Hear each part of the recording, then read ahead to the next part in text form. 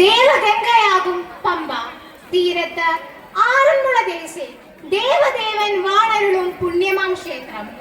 ആറന്മുളയുടെ താളലയങ്ങളിൽ സാഹിത്യത്തിൽ ആവാഹിച്ച് ഭക്തിയുടെയും വിശ്വാസത്തിന്റെയും നിറക്കൂട്ടിൽ ചാലിച്ച് ഒരു ജന്മം മുഴുവൻ പാടിയാലും തീരാത്ത കുചേലവൃത്തം വഞ്ചിപ്പാട്ടിലെ ഏതാനും വരികൾ ആറന്മുള ശൈലിയിൽ നദോന്നത വൃത്തത്തിൽ ശ്രീ പാർത്ഥസാരഥിയുടെ പാതാര വൃന്ദങ്ങളിൽ ഭക്തി ആദരപൂർവ്വം സമർപ്പിച്ചുകൊള്ളുന്നു.